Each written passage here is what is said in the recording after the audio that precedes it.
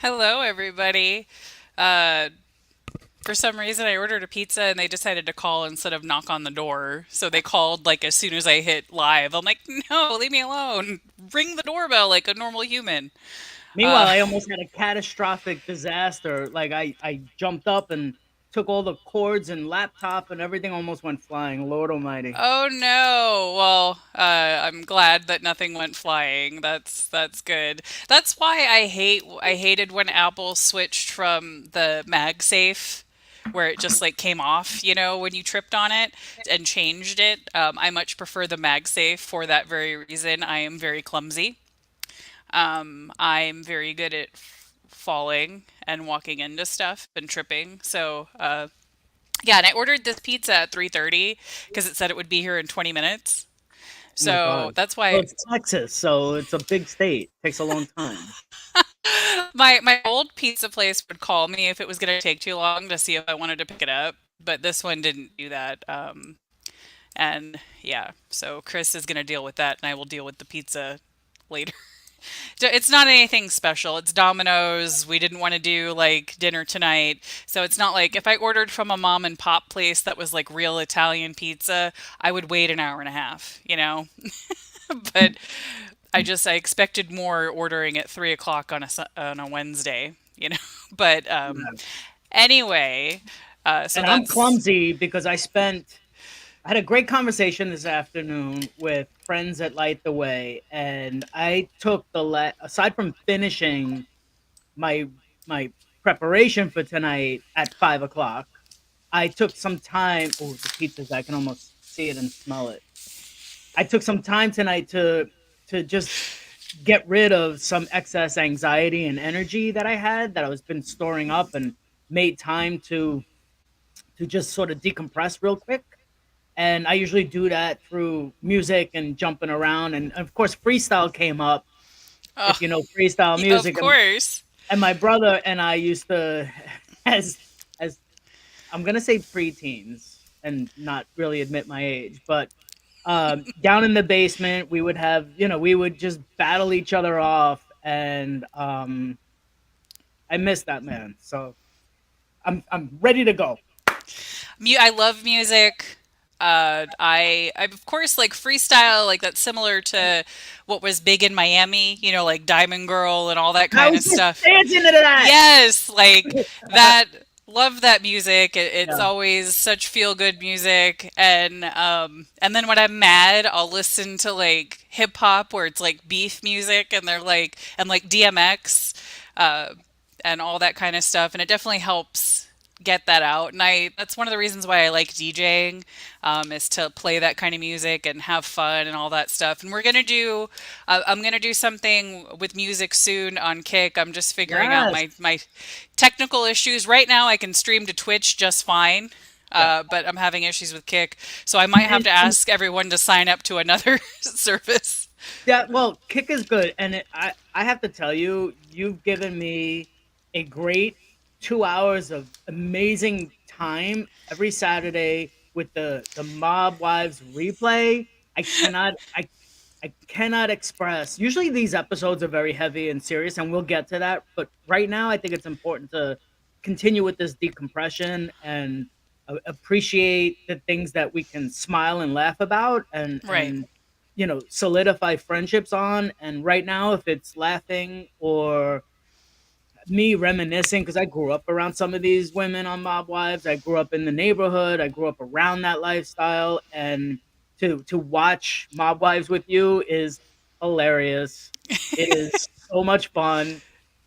I literally cannot express, and I don't want to waste too much time doing it, Oh but no, I no, love you're it. you're good. We're not on as much as a time crunch where we have to stop right at, 6, 7, whatever, since we don't have seeking justice after us. But yeah, I thought about Big Ange the other day, and I was like, I haven't seen. Yes, God rest her soul, that wonderful woman.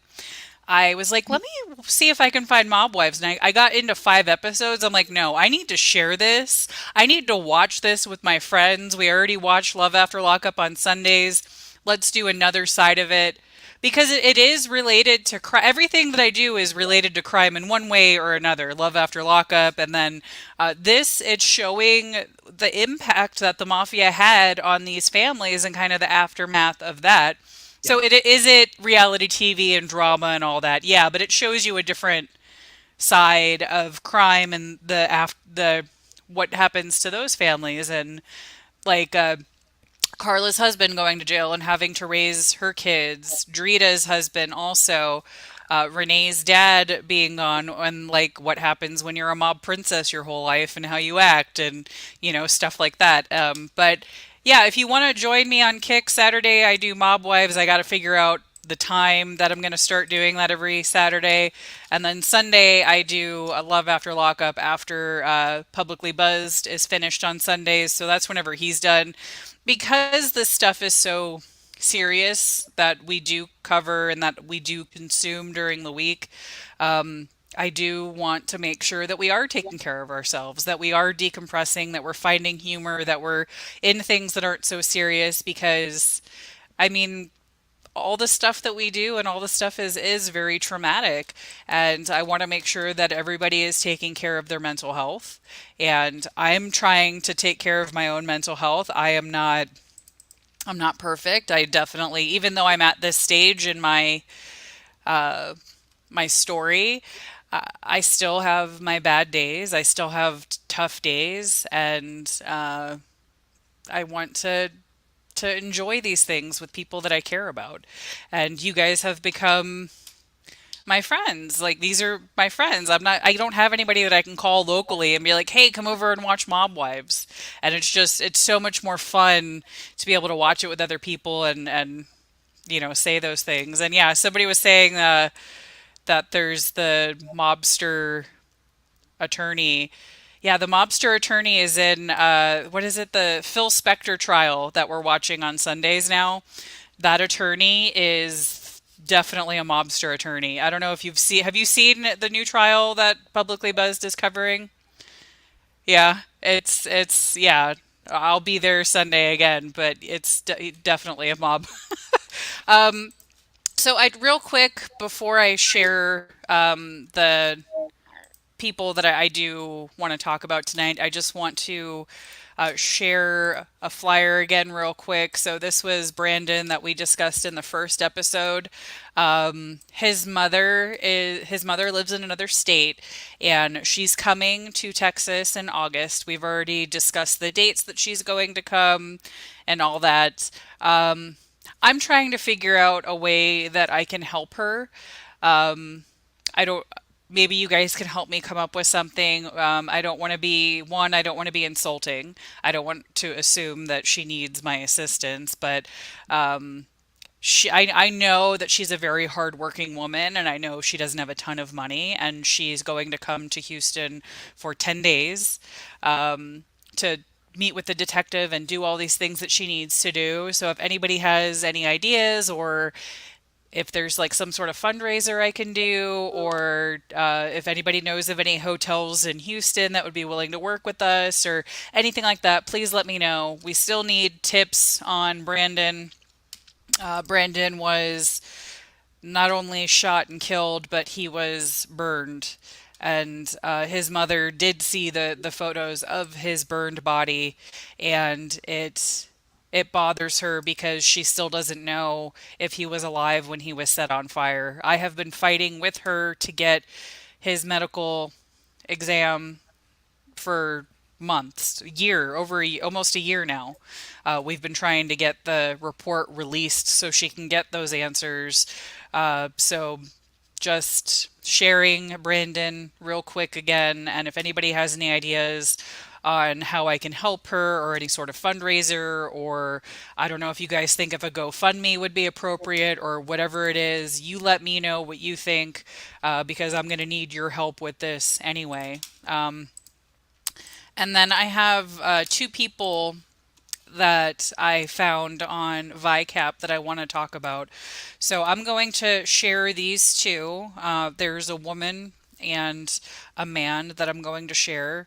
And after this, then Raul has three different people from, it was Brooklyn, right? Brooklyn, Yep. yeah. Um, so the first one that I'm going to share, I was talking to Raul about how it bothers me that these recreations could be better. Of this one, I'm assuming was done probably in the 80s or 90s. I don't know the clay creation. They haven't updated it. I have seen others where they update it by, by the computer. They'll regenerate what they think the person would have looked like because the clay ones aren't that great. It's better than nothing, but like this bothers me so much because I feel like there's no way this is what this woman really looked like. And and another reason why this one spoke to me is because this happened in Collier County. And I grew up in Southwest Florida, and just knowing that something so horrible happened to somebody so close to where I grew up, I don't know, it really bothers me because what happened to this woman, somebody intentionally did this to her. And not only did they intentionally do it, they tried to make her disappear. And she has been crying out for justice since 1978. So this is Jane Doe in Collier County. So they have done, like I said, some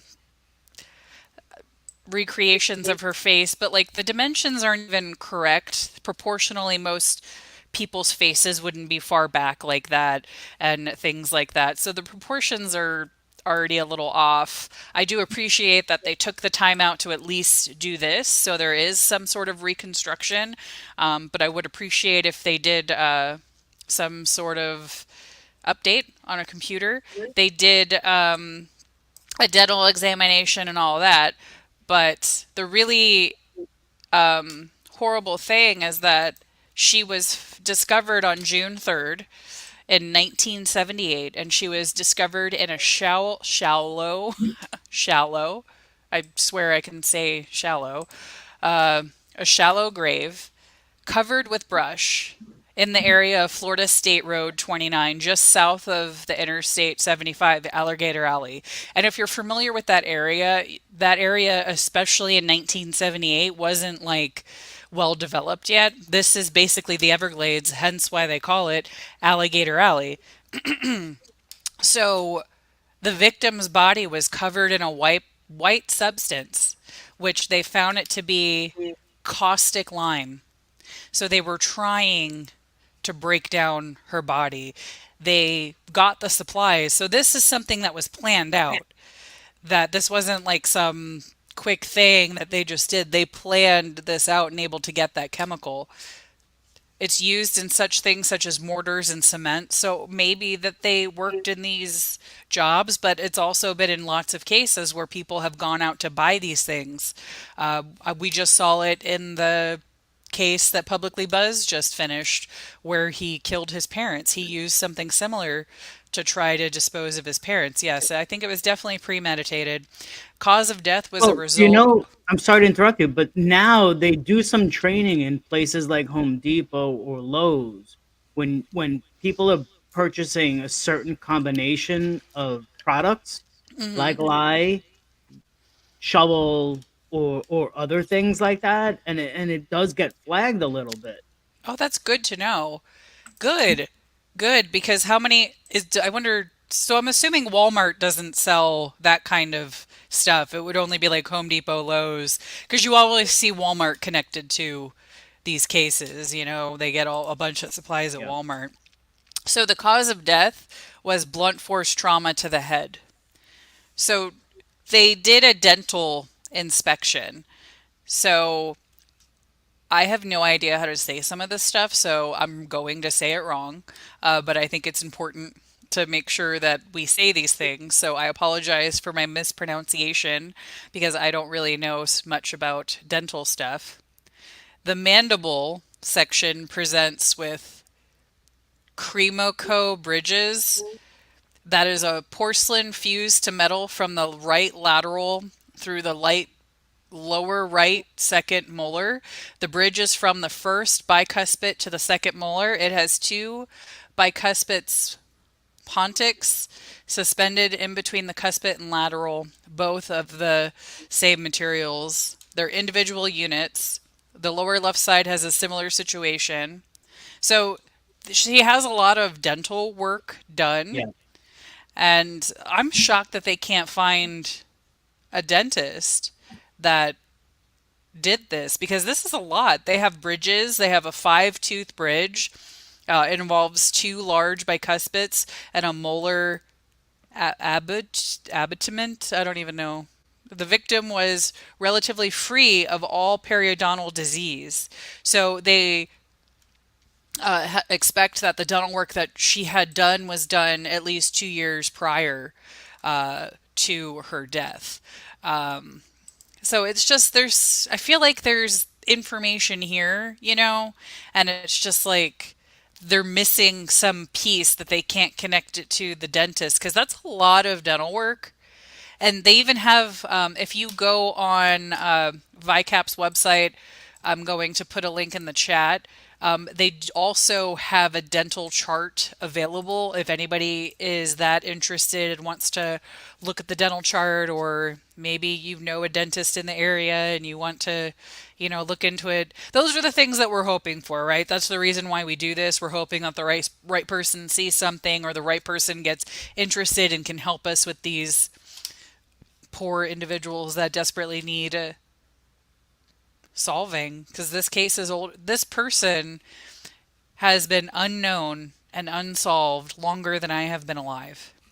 And you know what? And There's the opportunity also for impactful advocacy because we can leverage awareness or even legislation mhm, for some of these companies that brand their product. Like if it's a metal plate of some sort, there's either or there could be an some sort of numeration to identify where it came from, where who this was originated with. We have to be careful with civil liberties and invasion of privacy, but it can be sort of indexed to some degree, and that would help so much. I see so much when I'm working on unidentified on the map where there are metal plates or reconstructed hips or dozens of other things, and they're close, but it's not enough. And right. if we can just bridge that gap while protecting people's privacy, we might be able to resolve some unidentified cases. Right. And, we have HIPAA. That's, they have to worry about HIPAA, and then you have to worry about all these other things. But I would hope that if, God forbid, something happened to me and I had dental work and I had surgery or something and I had metal in me, I would hope that they could figure out who I was, And I'm sure that there's people out there that are missing this loved one and they have no idea. And 78, so 75, 76 is when she probably got the dental work from. Maybe she's from Florida. Maybe she's not. Florida is known to have snowbirds. Maybe she was a snowbird, but she was found in June. Snowbirds normally aren't there in the summer. So who knows? Hopefully, there will be some answers at some point with this case, and I just want them to update her. Like this, it. I expressed to you how much it bothered me in chat because to me, I feel like it almost looks like a Michael Myers mask.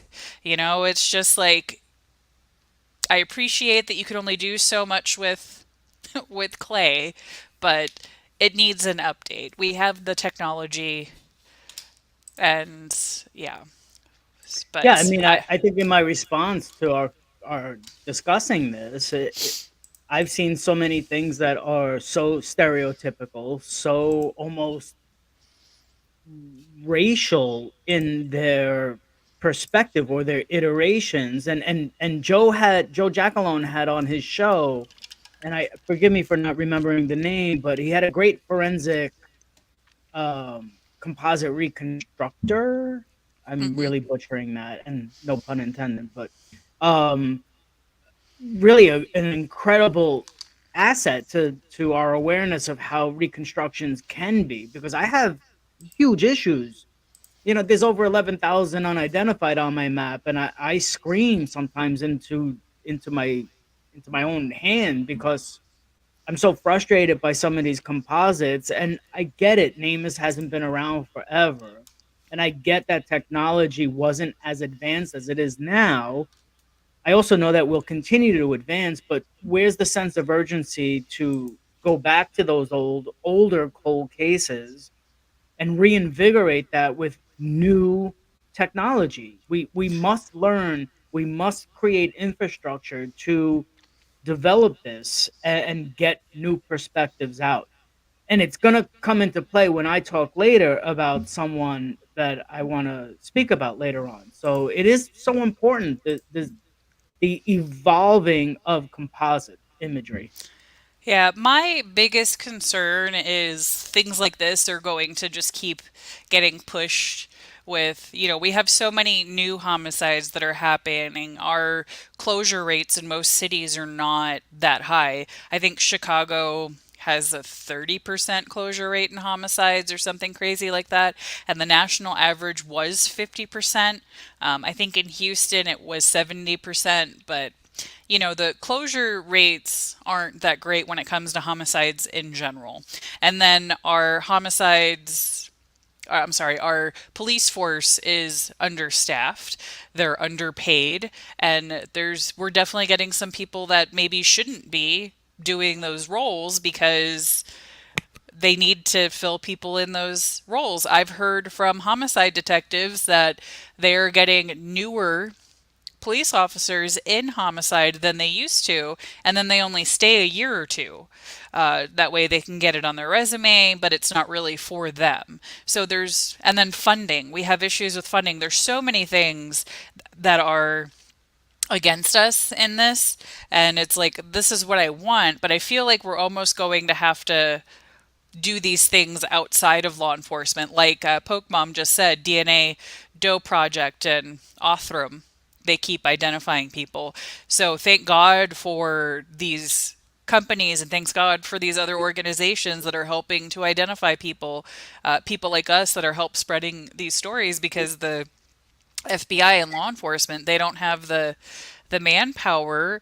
And I know some of the detectives really care, but some don't. Some really don't care. And yeah, all we can do is do what we can and push for legislation, push for, maybe after a certain amount of time, these composites have to be updated and like those sorts of things. Like if it's been this amount of time, it needs to be updated. That would be something to look into. Maybe that we need to put these requirements in place for these cold cases, because somebody, they're not forgotten. Just because they're a cold case, whether they're murdered, missing, or unidentified, they're still human beings that need to be found.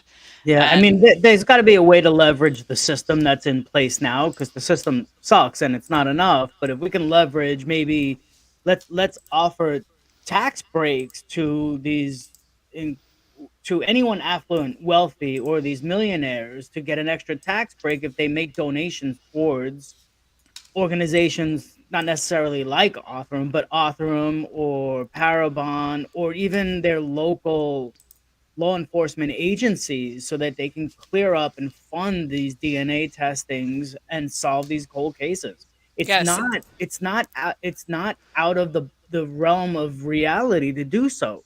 People just need to look at creative ways to grab advocacy in their hands or out of their wallet and make it happen.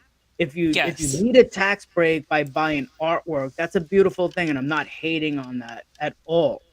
Um, but there are other things that mean so much more to other people, like solving a cold case murder, or a cold case rape, or an unidentified, or a missing person. We have to realign some of our priorities as a human species. Yes, I fully agree. And one of the things that nonprofits are struggling with right now are donations. There were some tax laws that changed a couple years ago, and plus the middle class is shrinking. And the middle class is actually the ones that donate the most. So they haven't been able to donate as much. So it's really been impacting nonprofits because I've worked at a nonprofit for forever, and the resources and funding that we've had is very low. So Brooklyn asked, do solving cold cases affect current stats? So my understanding of closure rates is that if you solve a homicide that happened in 2024 or 2014, it goes into the closure rate for that year. So the closure rate stats aren't even totally accurate in that sense. I think it's kind of odd how they uh, do those numbers. And then defense attorney Meow says it's going to end up like the results of all the untested rape kits. The amount of serial offenders was shocking for some people. So unfortunately, we are already seeing this in Harris County. Harris County had 264,000 cases that were suspended for lack of personnel. Sorry, not cases, they were reports. Almost 5,000 were sexual assault reports, and 98 of those that were suspended had DNA hits. They had DNA hits already. They didn't do anything. They suspended them. And then one of those rapists murdered somebody, and a multiple of them were reoffenders. They raped multiple women. So the police chief of Houston just stepped down last night. So I'll be talking more about that tomorrow morning when I stream, to get into all that, but we are already seeing the ramifications of older cases not being solved. And then they just keep doing it. And the really horrible thing is that some of them, there's proof, there's DNA proof that they did this and nothing was done. So the cases where they don't have any information, those are just sitting by the wayside. And so this John Doe that I saw in Texas, so Needville isn't too far from Houston. It's in Fort Bend County. Houston is in Harris County. Fort Bend is right by Harris County. So this it looks like the original composite with 2005, and they updated it in 2019. So thank you for updating. I very much appreciate that. But definitely need some of the older ones to be updated as well. Um, so they suspect that the John Doe was anywhere between 17 and 23 years old, height 5'1" to 5'6". He had a vitamin deficiency, a broken tailbone that was healed, and his two front lower incisor teeth were rotated and overlapping. On December 17th, 2000, the skeletal remains of unidentified male were located beside the roadway near 8500 Davis Estate Road in Needville, Texas. And Needville's where they have like the largest telescope that anybody that's not like a government official can see. Um, in case y'all were wondering, they have a huge telescope down there. Based on the condition of the remains, it was believed that he had been deceased approximately 3 to 9 months prior to discovery. The decedent had straight dark brown to black hair, approximately 2 inches in length. Clothing items found with the remains include blue jeans with 29-inch waist, Route 66, I think that's a Walmart brand, a brown leather belt, beige socks, brown suede shoes, Pelly brand, a black wristband, Guess logo, and a pink fabric wristband. Very late 90s, early 2000s branding. The descendant had a healed fracture of his tailbone, and so the reason why they know that this was a homicide, the victim was found with many of his bones inside a green plastic bag. So you can't do that after, you're dead. You can't put yourself in a bag. So obviously somebody did that. They did test his genes to see where he's from, and they suspect he's from Guatemala or southern Mexico. But that could mean that he was born here and his family's from there. But and I mean, it's Texas. I think most of our Hispanic population is from Mexico and Guatemala, so that doesn't really help narrow it down too much. But this is a young kid, 17 to 23. That is, you're starting out in life. This is supposed to be the prime time of your life. And, Needville's it's a beautiful area, but there's nothing out there. The reason why they have that telescope out there is because it's pitch black, even to this day. So 20 some odd years later, it is pitch black because there's not a whole lot of lighting there. There's not a whole lot of stuff because there would be light pollution for that telescope. I can't remember what it's called. The place, it's just an astrology place. You go there for astrology, and they have multiple telescopes there. But so this person knew what they were doing because this area, just like the area in Florida, very underdeveloped. Even like I said, 20 years later, it's still not developed. So yeah, and I do wonder why was this one updated, but some of the older ones weren't. I have no idea. I would love to ask the FBI if I could. We need to make some friends at the FBI and other areas. Astronomy, thank you. My brain doesn't work all the time.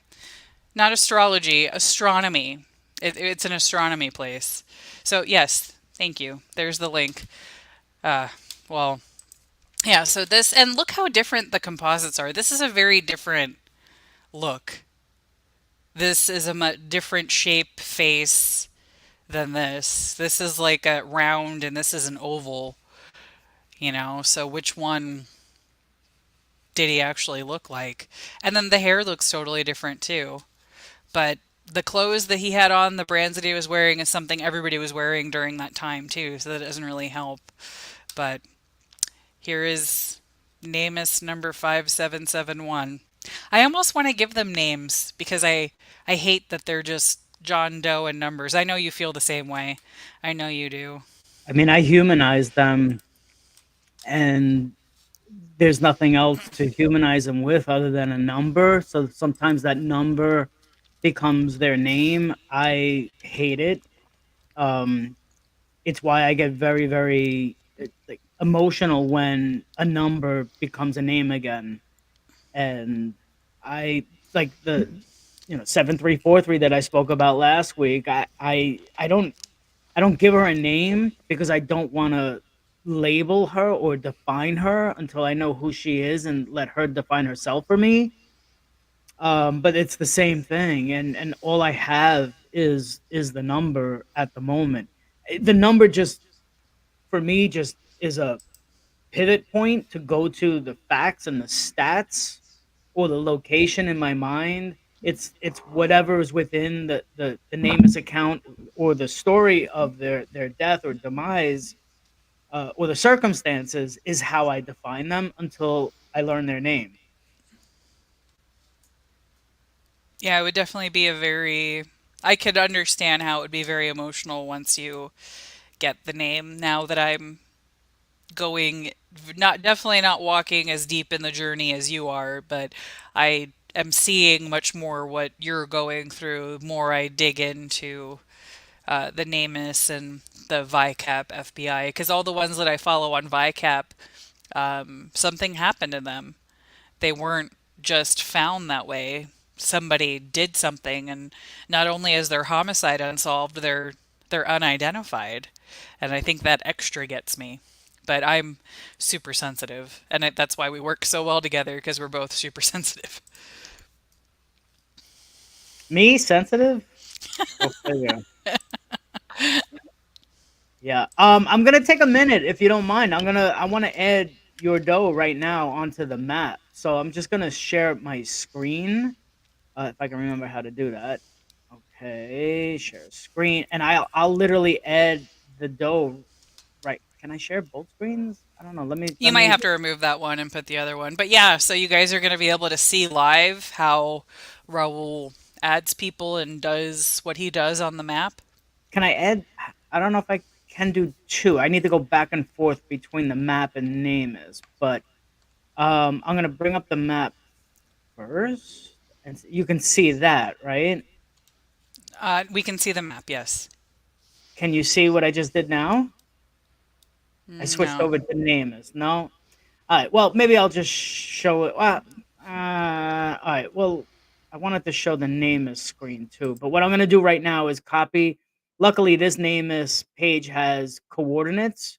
Let's see how effective law enforcement. They're not effective. So I'm not gonna share it today because their coordinates are all jacked up. Because often that's law totally enforcement okay. doesn't put in accurate coordinates. I just tried to do it and it came up as New Zealand, which is Oh, probably directly opposite across the globe, which is always interesting. I do check that out, and it is usually I land in like somewhere in China, but we can save that for another day where I work between those two screens. But yeah, it's really hard to become so attached to some of these does. And I know lately I've been, aside from the missing that I've been working with in tandem with their families, which is always so heavy. And in a way, and not to belittle any of it, but I've taken sort of a break from that. Like I'm still working very, very closely with the Dawn Michelle Holt's family and the progression of that case and that investigation and relationship building with law enforcement. But I mean, I'll never forget my identified. I'm still working on getting the last three states in. And I'm also working on getting the rest of Maryland unidentified is on the map. Maryland missing persons on the map. I'm hoping to find some sort of connection that'll just help resolve some Maryland cases while I am working with, um, you know, on behalf of Dawn Michelle Holt and see what can be found there. And I think I have a link or two already that I'm curious about. But I'm going to share. I came across something. Let me start this. So let me put this to the stage. All right. So about a week ago, while preparing for last week's The Unidentified episode number 6, I stumbled upon initially two murders that I wasn't familiar with that are in relative close proximity to even where I live. But they are also connected to a Jane Doe that I was very, very familiar with. Um, Here's the next one. So I'm gonna play this little video and see if can I play it from here. Oh wait, no, I cannot. All right, bear with me. All right, I'm gonna share my screen real quick. Where am I you're fine. going? I'm going here. I'm gonna probably jump, and I don't want to do that. But I'm gonna go right here so you can see this There we go. real quick. All right, so cue ensuing rabbit hole that I'm still trying to climb out of. So, beginning on May 6, 1991, three murdered women were found several miles apart, but they would be connected by 22 caliber bullets.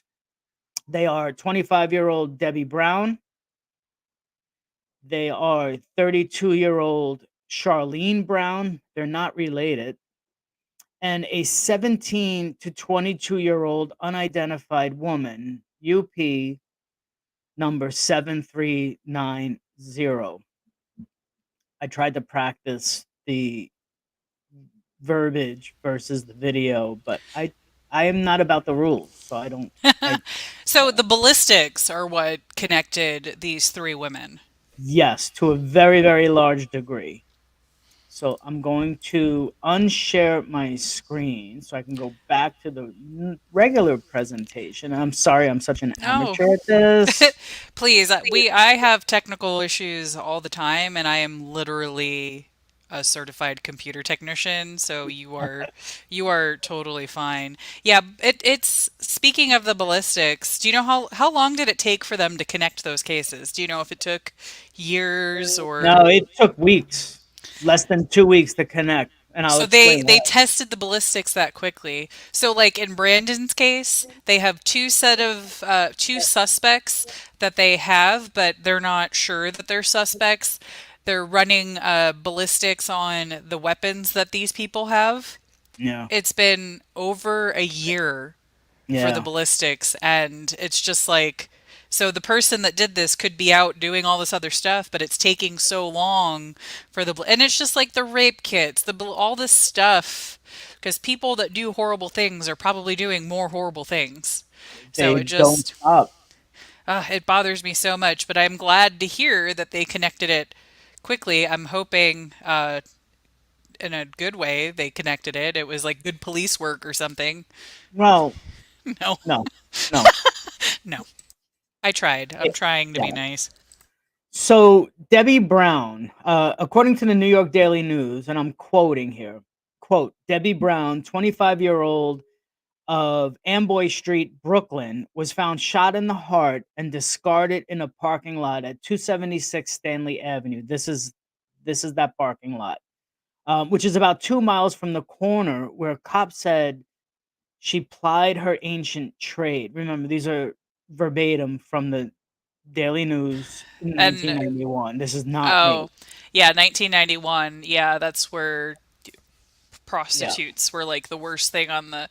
They were yeah, looked on as, yeah, and I'm glad that that's changed in somewhat. somewhat. It's we still have a lot of work to do in that, but yeah, sex workers are still humans, and sex workers most of the time are doing what they have to do to survive when they have no other option. Yep, And it's just like what was going on in her life that was her option, you know? And then yep, this horrible thing happened to her because she was having to do something to survive, and then in her death she's being looked down upon because she had to do survival work.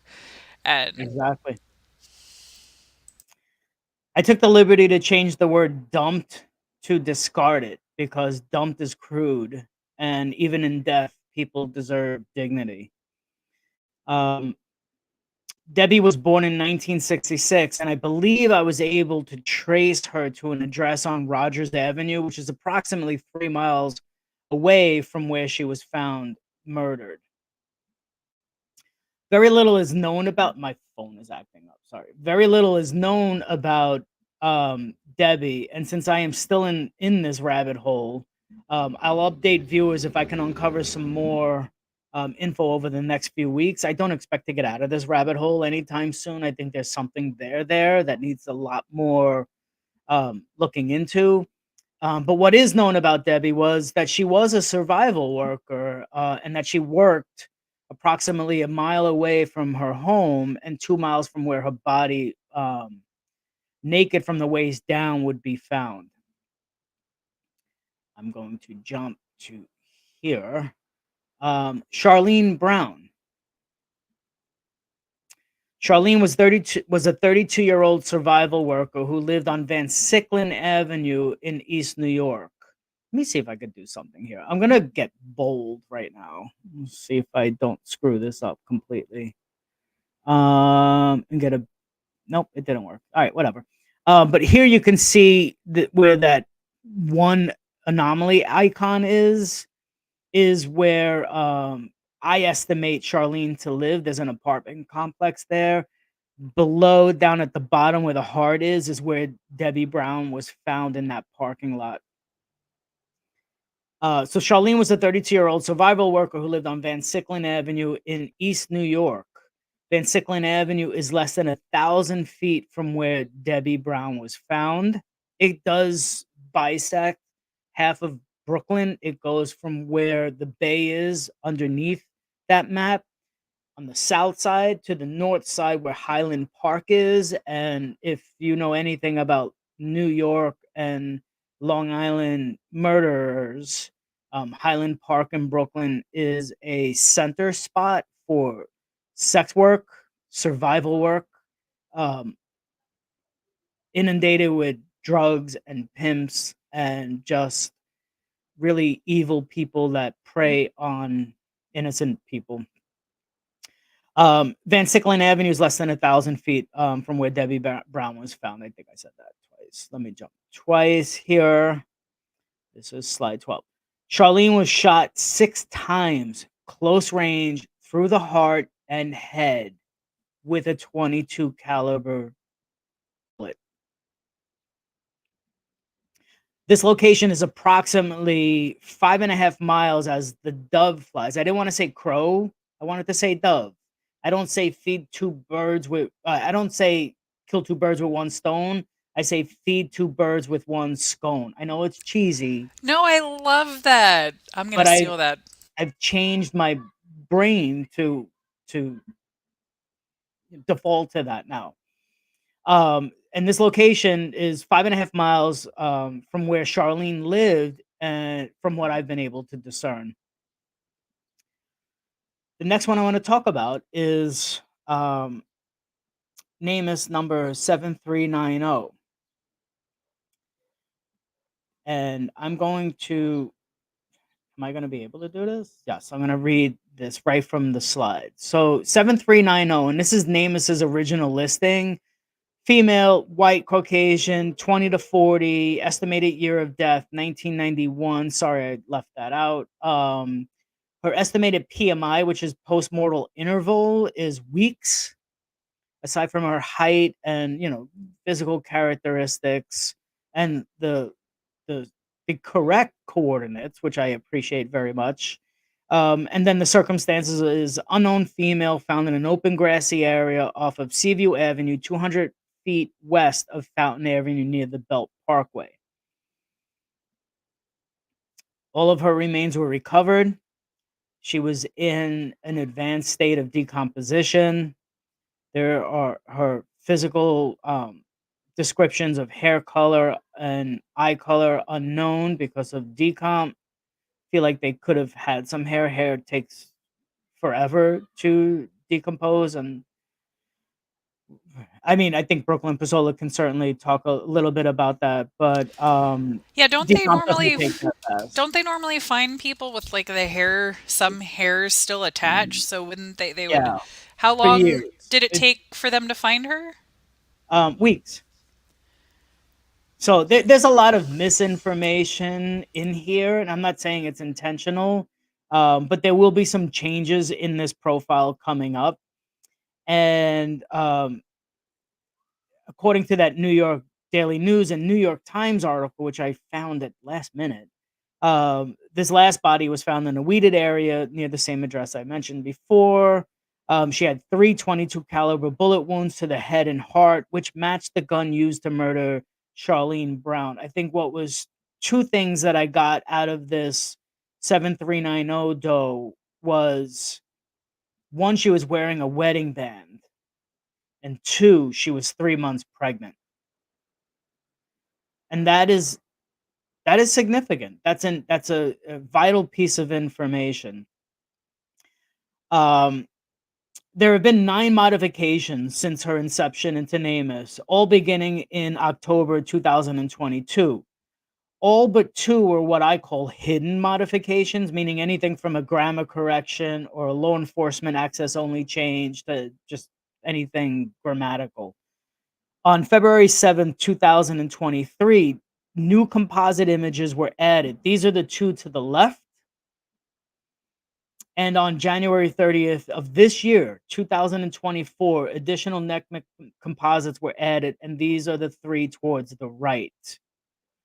And at one other point, which I have not been able to determine yet, information was altered. In particular, this doe's age range was changed from 20 to 40 years old to 17 to 22. Additionally, her PMI, the postmortal interval, was changed from weeks to a very broad 1991. So I feel like they give and take a little bit, and that could be just an investigatory process.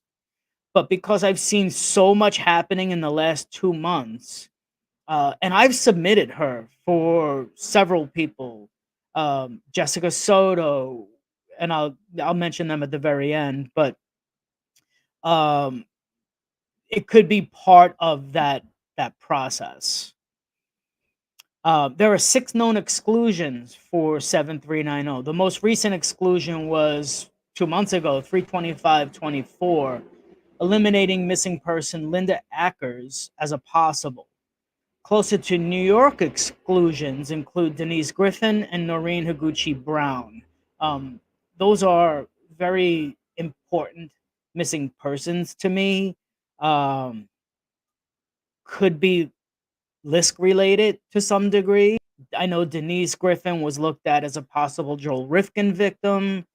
Um, the DNA is still out on that, and I'm waiting for information on that. So if that person's watching, please send me some sort of cryptic text message. I'd appreciate that just so I can move a little forward. And Noreen Higuchi Brown would be something I'd love to cover in the future. But since right now we focus on getting permission and in tandem with the families, I'm hesitant to just go and represent that.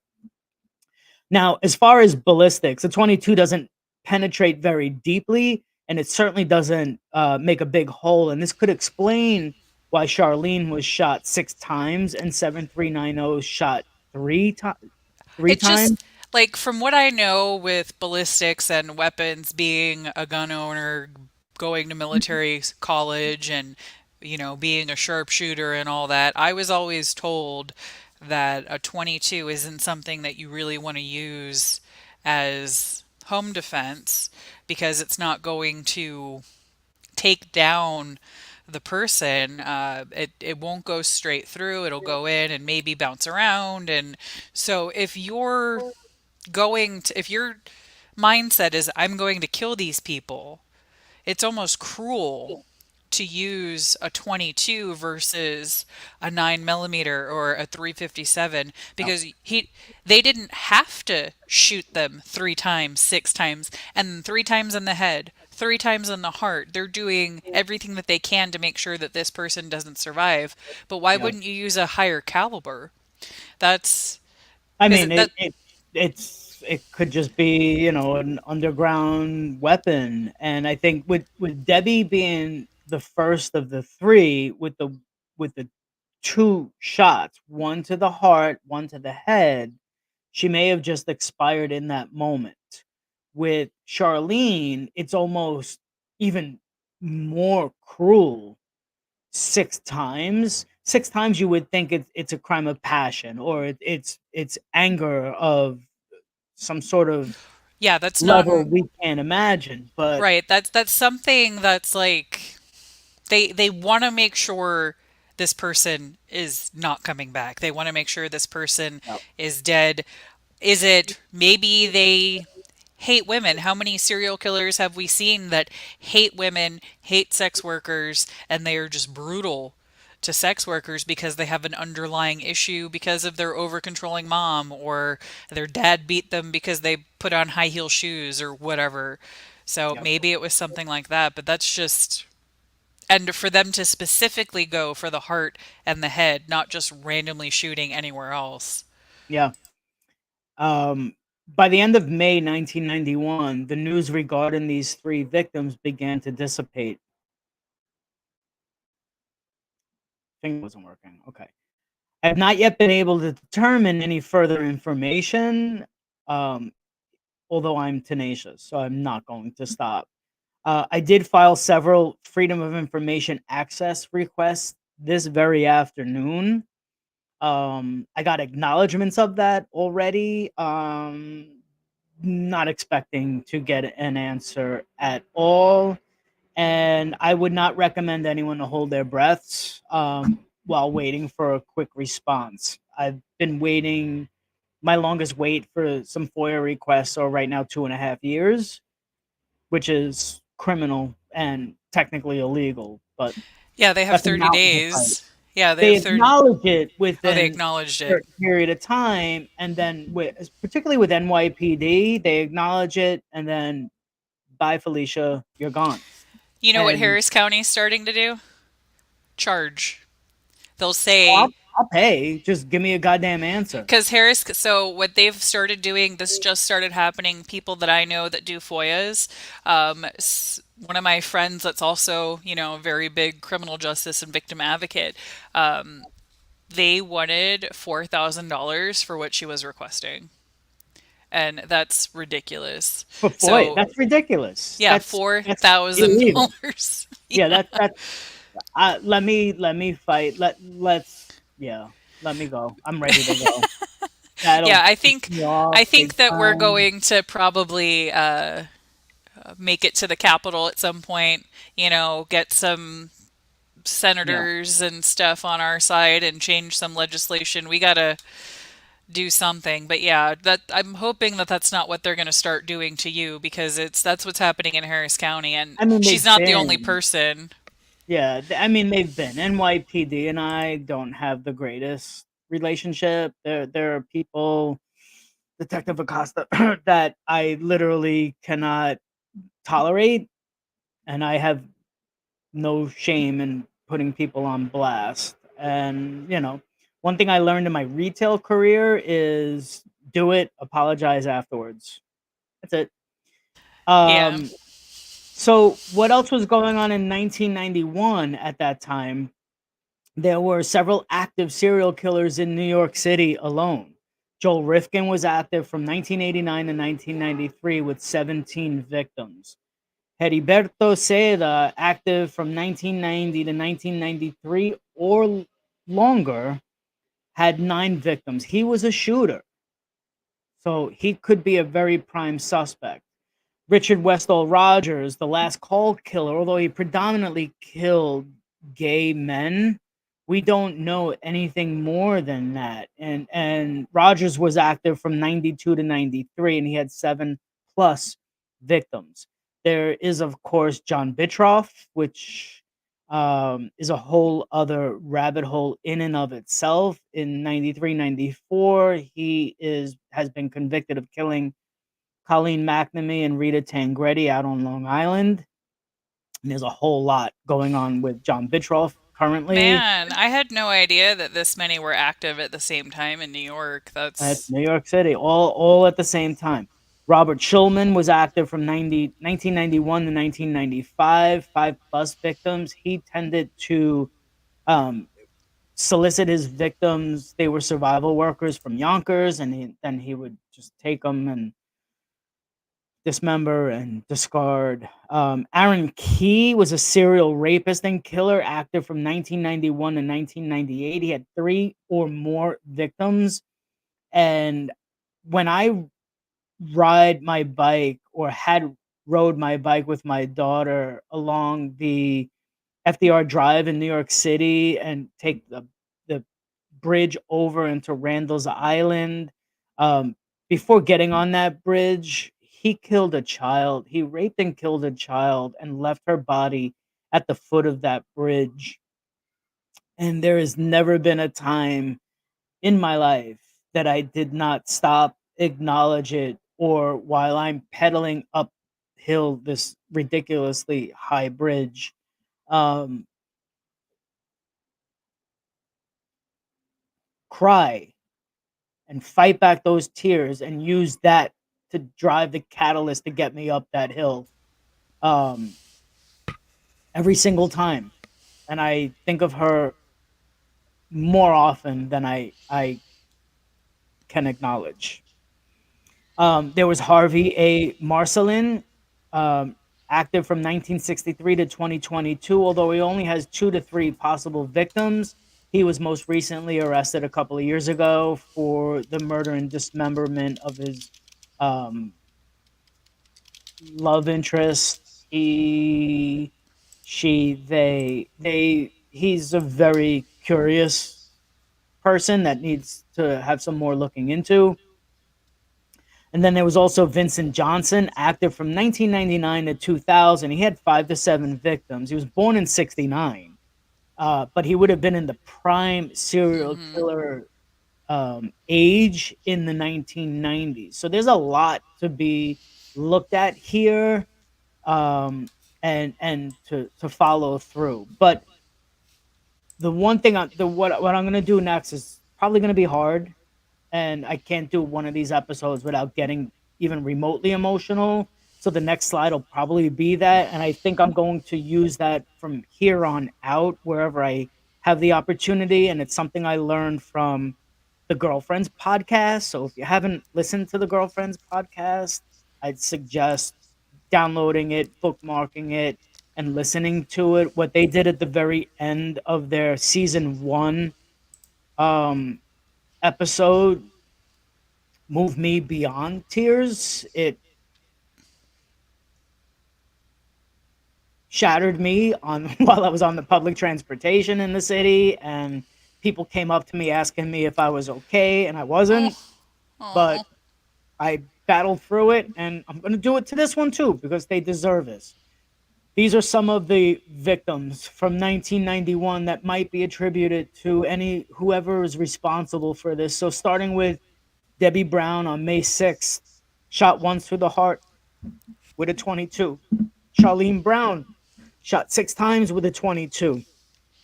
Denise Griffin, missing person, excluded for 7390, but still missing. UP 7390, 17 to 20-year-old, 22-year-old, shot 3 times with the same 22 as Charlene. That's definitive. UP 100686, which I will probably make a future episode. She was recently put on NamUs last year. She was 14 to 45 years old, and that's a broad age range. But when you see something like 15, you can pretty much bank on it on them being 15 to 20, 25 right. at the most. On October 5th, 1991, 7343 from our episode 6 last week. On October 30th, 1991, was the brutal murder, strangulation, and dismemberment of Sandra Acosta. On December 26th, 1991, UP 7423 was a 20 to 70-year-old, again, a very broad age range, but found with a bandana around the neck. And on the other side of the creek from where 7390 was found only 7 months before. Same person we were talking about with Debbie and Charlene, that other doe. This doe was found 7 months later, right across the creek. And I ride through that almost 3 times a month in the summertime when I'm riding my bike. And then on December 28th, 1991, UP 7424, 20 to 4 year old, 20 to 40-year old, partial remains like the other does. And then what I call the BG10, to those that have followed me around for a bit. The BG10 stands for Black Girls 10. If you go on Twitter and you hashtag that, you'll see some of my posts on them. These are 10 girls that went missing between 1990 and 1993 from Brooklyn, New York City, and the Bronx. There are no images of any of these girls aside from the last one, Tiffany Medea Dixon. Um, and there's a lot there. And these will certainly be future episodes to share. I've been wanting to get the BG10 out even more. The BG10 might have been the first pattern or anomaly I noticed when I was creating the map 2 years ago, and it's something I'm very committed to. I know we're over time, but Oh, yeah, like I said, we're not in any rush, so yeah. we're Another Facebook group and advocate that I admire. Her name is Teresa Reed. She runs Angels Lost group on Facebook. She's a fearless advocate, tireless. I don't think she sleeps. I didn't think I slept much, but I wake up at 4:30 every morning and she's already had a post up, and I go to bed. Well, I go to bed early, but she's always posting, and she's been doing something on behalf of the BG10, and she asked me to review it. And she said something the other day that I mean, it struck me hard, and it was like a gut punch. And she just wanted she was doing something on their behalf, getting more exposure for them, and she wanted to run through some of the facts of their cases through me because she said I was like their virtual dad. Oh. And I can't express what that means. Like that means so much. I keyed into these young women fast and furious when creating the map. They're as much a part of the origins of the map as any of the 11 list victims that I put on the map. They are the origins of the map, and I care very much about them. I'm very much pissed off about them. I think I've found one or two of them still alive, but we can approach that on and thank you True Crime for posting Teresa's Facebook group. I think we can probably do an episode on them, even though Hmm. I won't have permission or partnership with those families. It's been nearly impossible to connect with with them, and NYPD has not been um, engaging. Well, they've been engaging, but just not in a conducive way. But BG10 is something important, but I don't want to make the rest of this episode about them. It for me, this episode really became important to do for Debbie Brown, for Charlene Brown, and for 7390, who I really hope gets her name back. I watch these modifications on Namus every single day, at least 3 times a day. I check for updates. I I care so much about them, and I am so invested in their identification, into their names going back to them, to their families having some sort of path forward, and then ultimately for justice to be had. And it, I want to know who did this to these 3 people. And the other and I'm sorry I'm going on and on, but Oh, the no, no, you never have to apologize. Have you care so much and have such a beautiful soul, and you can rant and babble or whatever you think it is as much as you want, because I rant constantly, and everything that you say is out of love, and yeah, so please take as much time as you need and say whatever you need, and yeah, you don't ever have to apologize to me. yeah, And I if think anyone what else has a problem with it, I'll beat them up. we yeah, you can get them with glitter. I know you can. I think with 7390, I'm bothered that there have been information that has been made public and then not made public. Like, Namus doesn't say how she died, but Mm. 2 different news sources say she was shot 3 times. One or two said that she was pregnant. Namus doesn't say that. Now, Namus gets their information from law enforcement. Is that information that law enforcement was withholding, and for what reason? 1990s were so prolific when it came to building the map. It is the one layer on my map that has more people on it than any other layer, probably half the layers put together. 1990s is so profound. Mm. And New York City, particularly, it is a truly dangerous environment.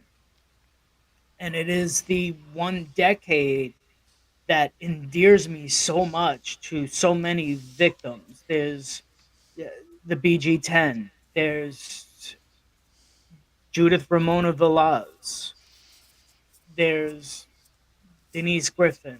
There's more than I can. I mean, I would need an episode to even talk about just the victims of the '90s. I would need several episodes to get through the '90s. I've spent the last 2.5 years creating a post that'll probably never be a post on the late '80s through 1999. It is so profound and so immense, and it encompasses so many different areas, from trans to survival workers to pimps to clubs to environments to music to everything to criminality. It is so vast that it's too vast. I can't Hmm. even begin to break it down. Um, haven't even shared that with anybody, and it is just so massive. But I'm determined to continue to pull all this together. And just like a couple of weeks ago when I was talking about it with one of the, I think with Alabama, cold case advocacy, and Light the Way, that I mentioned this, and I thought I felt like I could revisit it, consolidate it, and publish a post on it. And then I came across Debbie Brown and Charlene Brown, and then the connectivity to 7390, and I'm like, fuck this, I'm not anywhere near ready. I'm Right. still in the kindergarten stage of this, and the massive amount of information I've corralled already is not significant enough. And I don't know where it's gonna lead me, but I contributed to it monthly or wherever it's appropriate, and I am so committed to. I mean, the 1990s is probably the high point, if you can call it that, or the inverse of that, the lowest point in serial murders, Hmm. serial rapists, Hmm. prolific crime, uh, Yes. prolific abuse, and not just in New York City, but in the U.S. Yeah, the 90s, there, if you look at the data of crime, there's this spike in the 90s, and the 90s still is the most violent decade that we had. And if we look at the spike that we had during the pandemic in homicides and crime, and specifically in homicides, that was the largest spike in 30 years since the 90s. So we're not as bad as the 90s, but we're much worse than we have been in 30 years. And what really bothers me when people manipulate data, in the sense that they're like, oh, but look, we're not as bad as the 90s. Okay, but are we still a lot worse than we were before the spike? Yes? Okay, then stop celebrating like, oh, a massive drop in homicides. Yeah, it should be because we had a massive spike. We're still above where we were pre pandemic. And we have to acknowledge that. We can't hide that. And that's what's happening in a lot of cities is that the government officials are trying to make it look better than it actually is. But the 90s, you know that there's a series, I don't know if it's on Hulu. I think it's Hulu. They have it The Deadliest Decade, and they have episodes for all the stuff that's happened in the 90s. I loved the 90s growing up, but it's like now looking back at all that, I didn't realize how much was going on and how dangerous it was. I'm thankful for the technology that we have now, but I do wish that people were just more connected like we were in before all the technology. And I mean, I love 90s aesthetic. I just found out that the 90s stuff that I like is called vaporwave aesthetic. Oh my god. Like all this stuff, the Miami Vice stuff. I just found that out. So I feel old now that it's like a whole look called vaporwave. But yeah, the 90s was a very particular time in our history, and we were just starting to get technology. So the serial killers from 70s and 80s, they could still do stuff in the 90s, but then we started getting technology later on. Yeah. And who knows how many serial killers we would have now if we didn't have that technology, I you mean, you know? look at that list of serial killers just in New York City for that, Hmm. not even, it wasn't even qualitative. Like, it was just what I pretty much know off the top of my head, and it is frightening. And I think, yes, I mean, every almost everyone that I've spoken about since the inception of Catch Justice, um, might or could have some Long Island serial killer connectivity.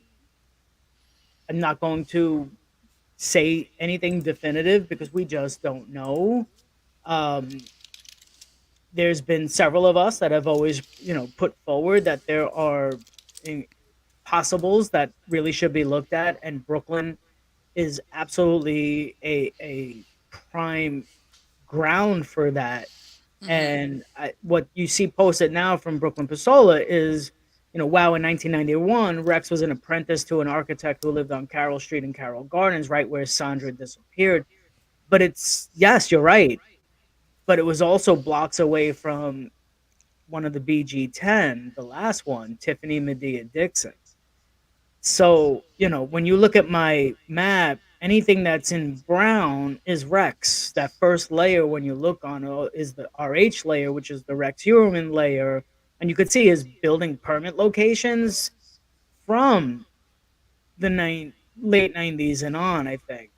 Um, Still working on getting more when he worked for the other architect company. But um, if a serial killer is to be known to escalate to serial murder in their late 20s, Rex is right there in the 90s.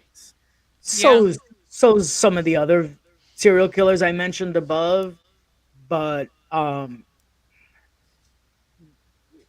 Rex, I hate calling him that, in my opinion, is prolific, and Hmm. I won't dedicate much more time to him. That'll be something separate from Catch Justice, which we can partner with. I don't mind that. But this show is about the victims and victim centric, but there's a lot to be looked at carefully, closely, and with such scrutiny and intensity because there are Brooklyn connections. Yeah. There's a lot of stuff that he could have been involved in, and I don't see him telling us. You No. know, didn't you say Joel Rifkin uh, admitted all the ones that he did? So Rifkin was an interesting serial killer, but the one thing that and you can never trust a serial killer. Like, look, I'll always start off with that. But Rifkin, upon his arrest and his initial interrogation, confessed to 17 murders. Law enforcement spent months trying to validate those 17. There's two left that are still unidentified.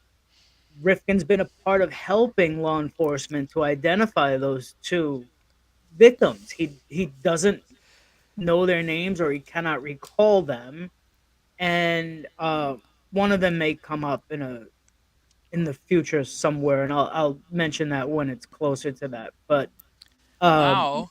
Rifkin Rifkin, as much as you can rely on a serial killer, can pretty much be relied upon for the 17 victims that he has, 15 of which have been identified. Um, Yeah, because there are why would he not tell you about the other Yeah, ones? and Well, I mean, he would get mad if he was accused or it was implied that he was responsible for somebody that he wasn't. He was always really quite honest about it. So for the sake of an argument, I accept him for what he says mhm. and I move on from that because there's clearly on that list of 1990s New York City overlapping serial killers, there's plenty to go around.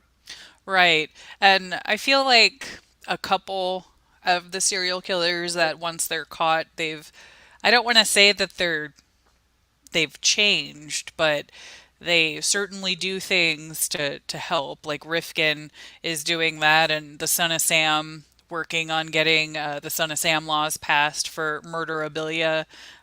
He worked with Andy Kahn that I know on that. He actually started writing Andy, and that's how they got connected. And Andy still talks to him, but he's trying to use his name, Son of Sam, to get those laws passed, do I want the Son of Sam or Rifkin to ever get out because they're doing these things? No, they deserve to be where they are, but I do Well, hold on appreciate to your them. hat because Oh, God. New York City might be one of those states where it's mandatory release. Oh, Jesus. That's happened in Texas already, and we had multiple murderers released that were convicted in the 70s, I think. And that is another reason why I always say this every time I hear that, but that's why I support the death penalty. It's not because I want people to die, it's because if they're sentenced with the death penalty, those laws, mandatory sentence, they can't be released. Yeah. So that's the only reason that I really support that. So I really,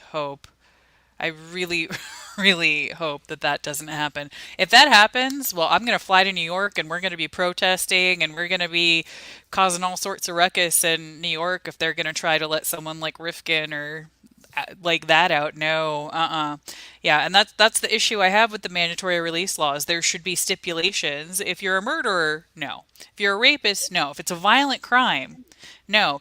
If you were a drug dealer, okay, if you did petty crime, whatever, those things are fine. But if you are a violent offender, no. Why should this person get another chance, especially murderers? Not a fan of letting rapists out, but like maybe castrate them or chemically castrate them or something if you're going to let them out. But see, now I'm going to get all worked up and I'm going to start ranting, and that's why. So when legislation does get back into effect, and that happens every few years, it is important to get involved. It's important to know what bills are coming up to see if there is something for victims. Because when I testified in Texas at the Texas Capitol, there was only five of us that testified. Five. And there's thousands of homicides in Texas a year. Not, yeah, thousands a year. And there had been like 7,000 in the last few years, but there's only five of us that were there to testify for a law that helps victims. And then when there's a law that comes into place, like what you're talking about, compassionate release or mandatory release and all that, the side that is for the criminals tends to have a lot of people.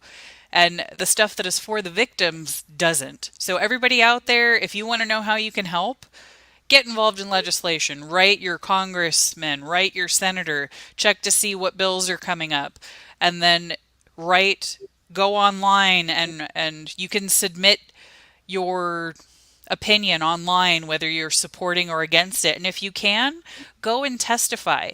I was terrified to testify in front of, Congress and the Senate and all those kinds of things. I was literally shaking. My hand was like that and I had to keep hiding it. But it was so important to me that I did that, and I definitely don't regret doing it. So these are things that we have to be involved in because no, something like that absolutely cannot happen. And yeah, now I'm going to have to make a whole episode about legislation at some point. I mean, I think it's beneficial to give people, even advocates, an avenue or something to focus on and do something viable, something tangible. That's advocacy in action, even if it's just the sharing of information, making people aware of what might happen. It's quite frightening, even with Rex's trial possibly coming up, people, question the validity of the case against him, and people like to hypothesize, what if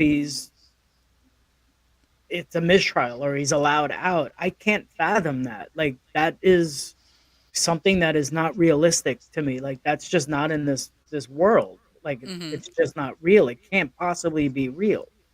um and that's just me disconnected. Regardless of how close I've been to that case, I can't imagine what the victims, and everybody knows Joel Rifkin, but how many people know any of his victims? That's the sad thing. The concept of serial killers is so glorified, and same thing with Dahmer, same thing with Golden State Killer, or any of it, Bundy. Like, I mean, it's there's something fundamentally wrong with, and this is why I don't want to take this tertiary rant, but what I call true grime, Mm-hmm. because it's grimy to me. It is not it. I swear I've done so many interviews in the last few months and podcasts, and I still say that I'm not into true crime. I'm not a true crime consumer. I don't go and seek out every episode on everything. And it's just because at this point I don't think I have the bandwidth for it, but I can't face the evils in this world. I just can't fathom it. And if I can just this is how it was for me with the victims of Lisk. It was just focusing on these people Mm-hmm. and these truths and getting these stories and these narratives correct. And from there it naturally evolved. I'm finding my place in this spectrum. I'm finding my lane. I'm learning. I am being guided. I'm so grateful. Um, but I'm still incredibly angry, and I want justice. I want to know the faces of the BG9 because one has images. I want to know who these unidentified are, and I'm fucking pissed off about not knowing and fighting this unnecessary uphill battle. To get a FOIA request from the NYPD should not be a 2-year wait. It should be Yeah. or flip through a file or give me access to the goddamn section and let me figure it out. Leave me the fuck alone. Let me do whatever I can do. And then you guys can take all the credit. Like I don't care. It's not about recognition. It's a matter of finding out what happened to Harriet Hoyt or Jessica Soto or Elise Farmer or any of the other 7BG10.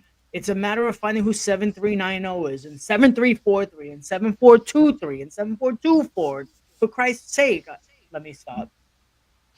You're, I'm right there with you. Like when you told me about the, mandatory release, like I felt my blood pressure go up and like my heart racing, and it makes me so angry that there isn't a better way, there's not a better system, and then We you have have it. It's just imperfect. Like right. there's Namus, which could be so great if, there's Billy's Law, which could be so great if there was accountability. If law enforcement was required and held accountable to not putting information in within a particular period of time, or there wasn't some sort of oversight authority to vet the information being put into NamUs, if there was some validation and validation of the facts being put into NamUs. I don't want to hear 20 to 70. I see things from 0 to 99 for God's sake. What zero and usually that's just like a femur or a foot bone or skull cap. I get it, but we need specificity, we need accountability, and at some point as advocates we have to figure out how to careful here how to weaponize that need and make it happen. Right. Like we got to find the right advocates, the right, I don't know, political action committee, Mm-hmm. the right people in the right spots with the right expertise, and they have to be committed to this cause because it is so much more than one thing. It encompasses so many elements, and at the end of the day it's a victim, Mm-hmm. and that's what has to be rectified. And the victim is a human being that had a life and had hopes and dreams and has people that love them somewhere. And yeah, it definitely upsets me that there aren't more things to protect victims, but even victims' rights are fairly new in general. So like I feel like we're decades behind in victims' rights. You barely, and even with Even the, victim advocacy is still in a sort of remedial phase. Like victim advocacy isn't universal. The skill set, the proficiency, the Correct. awareness, the effectiveness is not, there isn't a standard for that. In some cases I'm probably more qualified to be a victim advocate than other people, and it's Yeah, disproportionate. I fully agree. I mean, I most mean, of in the your females, case, you know, you know firsthand yeah. how ineffective you've become, an effective victims advocate based on how you and Austin's family were failed.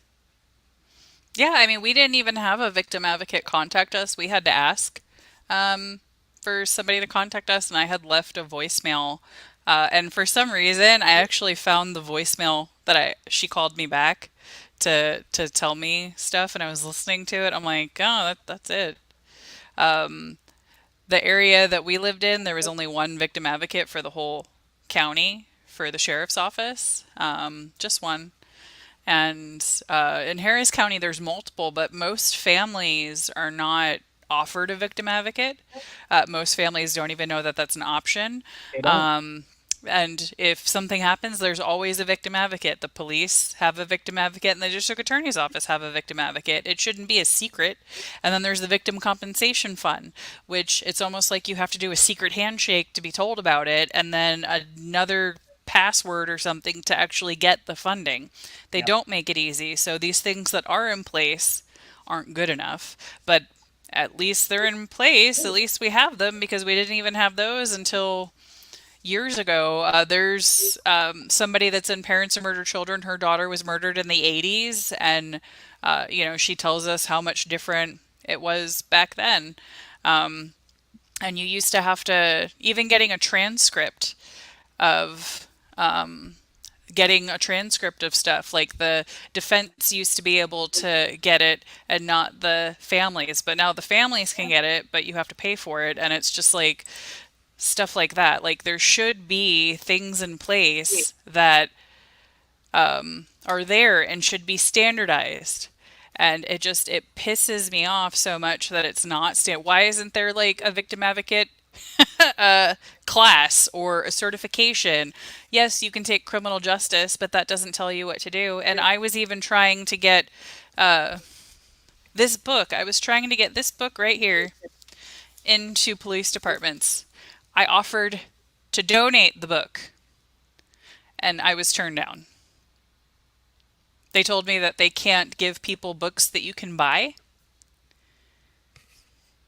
This book is the book that I wish I had. What Now was written by Dr.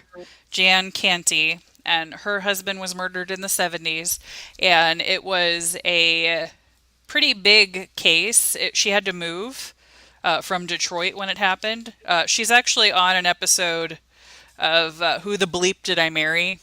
It's the id and the ego is her episode, but it tells you how the investigation works, how grief works, how people might treat you differently, how to deal with the media. And these are books that need to be in people's hands at the notification. It still helps later on. And then there's also this book, What to Do When the Police Leave. It's not as thick as the other one. This one goes more about the investigations, and the other one digs into some of the psychological stuff. And she is also a licensed psychologist. So, who better to give you that guidance than somebody who's been there and they have studied this for the last 30 years? But I can't get that.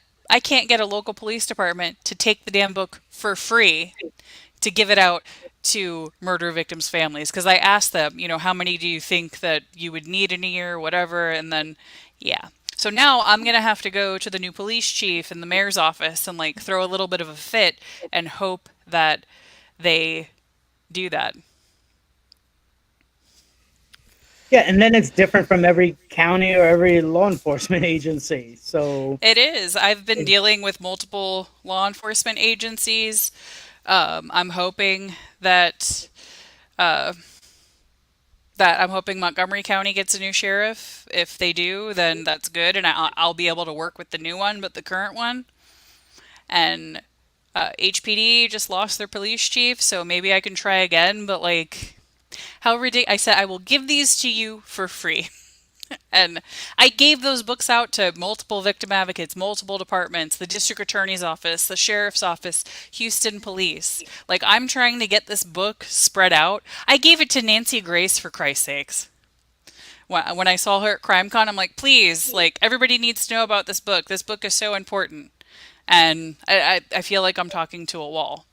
So, yeah, I wish that we could. I wish that we could. Well, there's your future. Your future just continues to show itself. Like, here's another one. Like, wish you Brooklyn says, I wish you were able to lead some kind of continuing education classes to help ease people into this role. Maybe someday. I certainly hope so. Yeah. There's a whole lot of avenues for that for people to jump right in and to lead that. It is important. And as not only as advocates or people that follow like our show or other shows that care and have this ethical mindset, their awareness, their ability to learn and absorb this gives them the right weapons, the right resources to help someone else in need. Yeah, I mean, it's so important for murder victims' families to know that they're not alone and to know that there's people out there. Not everybody, a lot of the times, they don't get compassionate detectives. There's miscommunication, and sometimes the family just needs someone to explain the process to them, and law enforcement isn't always to spend the time that is needed to be able to do that, and that is through no fault of their own. But Right. the criminal justice system is confusing. It's very confusing, and things that you assume it would work, because just because something is wrong or right doesn't mean that it's legal or not legal. There's a difference between moral and legal, because just because I think something isn't right doesn't mean that it's not illegal or it shouldn't work that way. And that's part of the problem. And people don't know what judges do versus the district attorney's office. And uh, a lot of people were thinking that the district attorney was letting people out on low bonds when it's the judges are the ones that set the bond, but the district attorney is asking for higher bond, and that's not happening, and those kinds of things. And really, I would advise everybody to pay attention to their local politics. Unfortunately, public safety and politics go hand in hand. Should they? No, but they do. So I've gotten to know a lot of the local politicians, the city council members, the commissioners, the district attorney. These are the people. Look, find out who the judges are. Find out who the judges are in your area, especially the criminal court judges, the felony court judges. Are you having increased crime in your area? Are these people getting out on bond over and over and over again? Is it the judge's fault? Should the judge be denying bond? These are the things that I've had to look into in Harris County.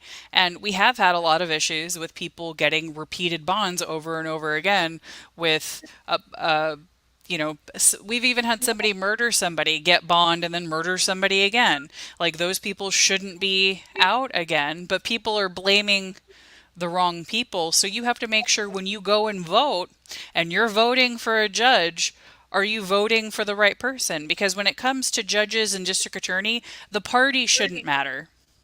The party shouldn't matter, their record matters. It needs to show what they have done. I don't care if you're a Republican or Democrat when it comes to public safety. I want to know that you have done the right thing and done the right thing for victims. So, judges, I definitely pay attention to. So, if you want to get involved, then those are the first steps that I would take. Pay attention to what's happening in your city and county. Pay attention to what the criminal court judges are doing, especially the felony court, but misdemeanor wouldn't be a bad idea either. Who's your district attorney? What does your district attorney do? Is your district attorney prosecuting cases that they should? Are they being too lax? Are they being too hard? Are they being too hard on drugs and soft on violent crime? Get into all those things and then go to city council meetings and speak. Go to all these different things. So that's how I got started, is going to those things. And then eventually I ended up in the Capitol testifying. So, hold those people accountable that can make differences in your area. Drop mic. Right? I mean, we could go on and on. We could probably have a 4 hour show to talk about all those things. You were brilliant tonight. Thank you Oh, so much. Your thank you. insight, your relevance to it all, it's so meaningful. Like it's just I learn every time. Oh, I'm you're so constantly sweet. learning. So the books that I showed again, so What to Do When the Police Leave is an older one, and it was written by Bill Jenkins. You can get it on Amazon. Bill Jenkins, his son was murdered. That's why he wrote that book. And then there was What Now, which is by Dr. Jan Canty. That one's a newer book. It's also on Amazon. And yeah, those are, I think I have, let me see, I can find the Amazon link. I got the one for the first one. Okay, I'll find the other one. And they're both really good books. The one that Dr. Canty did, I think, is better. It's thicker. It goes into like the aftermath and the mental health part of it, even like paranormal experiences that you might have, and like it goes into everything that you could possibly experience. Dr. Canty is absolutely brilliant, and she's actually the first person that ever interviewed me. She has a podcast. What I'm sorry, her podcast is. The domino effect of Thank murder. you. I was thinking of every other podcast ever. Thank you. The Domino Effect of Murder. I have a link of it on my link tree that goes to the. And then Raul was also interviewed on her show. She had me be a guest host, and I interviewed Raul. So Raul has an episode, and I have my own episode on the domino effect of murder. And she's, like I said, she's brilliant. She has an episode of Who the Bleep Did I Marry? The Id and the Ego. Maybe I'll stream that on Kick sometime. Yeah, I'll probably do that.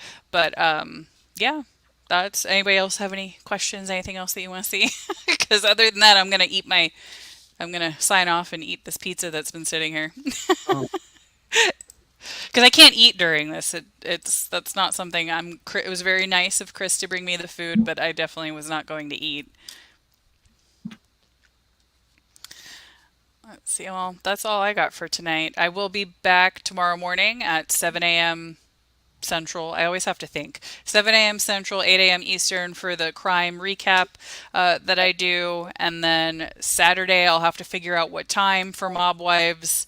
Sunday, Love After Lockup. And Monday, we'll get into part 4 of the Ashes to Advocacy series. I had discussed what it was like to get that phone call the night of Austin's murder and be talked to by the police. And we're going to get into the investigation and the treatment with the criminal justice system and the letdown and all that on Monday. So I hope to see you guys somewhere else. I hope to see you guys here next week. And I appreciate you all so very much for your support. We love you all. And I hope everybody has a wonderful evening. Bye.